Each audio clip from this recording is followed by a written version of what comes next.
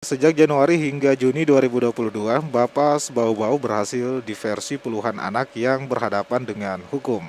Selengkapnya reporter RRI Bau-Bau, Waode Nurliani, kembali menurunkan laporannya. Angka anak berhadapan dengan hukum ABH di wilayah kerja Balai Pemasyarakatan Bapas kelas 2 Bau-Bau cukup tinggi. Data Bapas Bau-Bau hingga 15 Juni ada 89 anak berhadapan dengan hukum tersebar di 9 wilayah kerjanya, terdiri dari 8 kabupaten dan 1 kota. Untuk tahun 2021, angkanya lebih besar hingga 119 anak. Dari jumlah tersebut, 39 diantaranya berhasil ke tahap diversi sehingga mencapai kesepakatan damai, selebihnya tidak memenuhi syarat dan masuk ke persidangan di pengadilan. Kepala Bapas Bau-Bau Sri Mariani mengatakan, khusus di kota Bau-Bau jumlahnya ada 24 anak, dari total yang ada 14 lainnya berhasil melewati proses diversi. Diversi sendiri merupakan pengalihan penyelesaian perkara anak dari proses peradilan pidana ke proses di luar peradilan pidana, salah satunya lewat mediasi atau dialog.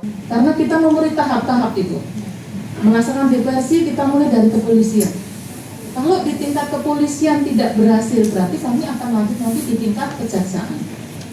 Begitu juga sebaliknya, di tingkat kejaksaan tidak berhasil, di tingkat pengadilan. Mudah-mudahan ini kami akan berusaha bagaimana anak tersebut bisa kita selesaikan secara musyawarah, secara kekeluargaan.